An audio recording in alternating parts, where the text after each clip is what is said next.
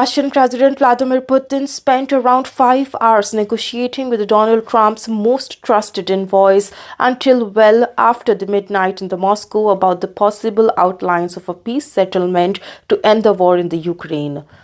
Donald Trump has repeatedly complained that ending the Europe's deadliest conflict since the World War II has been one of the elusive foreign policy aims of his presidency and has at times scolded both the Putin and the Ukrainian President Vladimir Zelensky. Also, our people are over in the Russia right now to see if we can get it settled. Not an easy situation. Let me tell you what a mess Donald Trump said Tuesday in the Washington, adding that there were casualties of 2,500,000.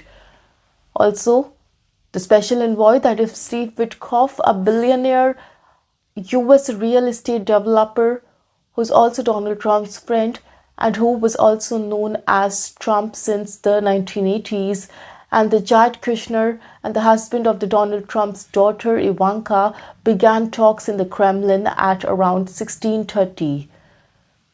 Also, they talked with the Putin, his foreign policy aide, that is Yuri Ushakov, and the Putin's envoy, that is Kirill Dmitriev, via the interpreters until well past midnight Moscow time, with the Kremlin announcing talks concluded only about 10 o'clock.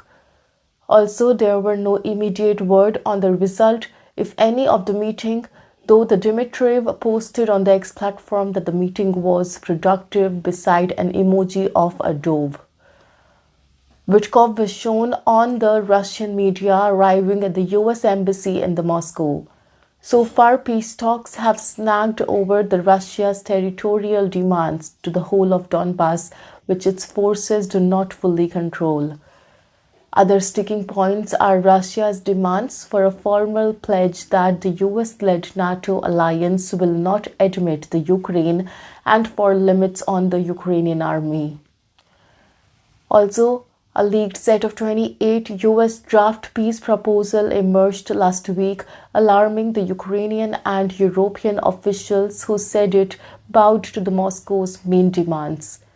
The European power then came up with a counter-proposal, and at talks in the Geneva, the United States and the Ukraine said that they had created an updated and refined peace framework to end the war.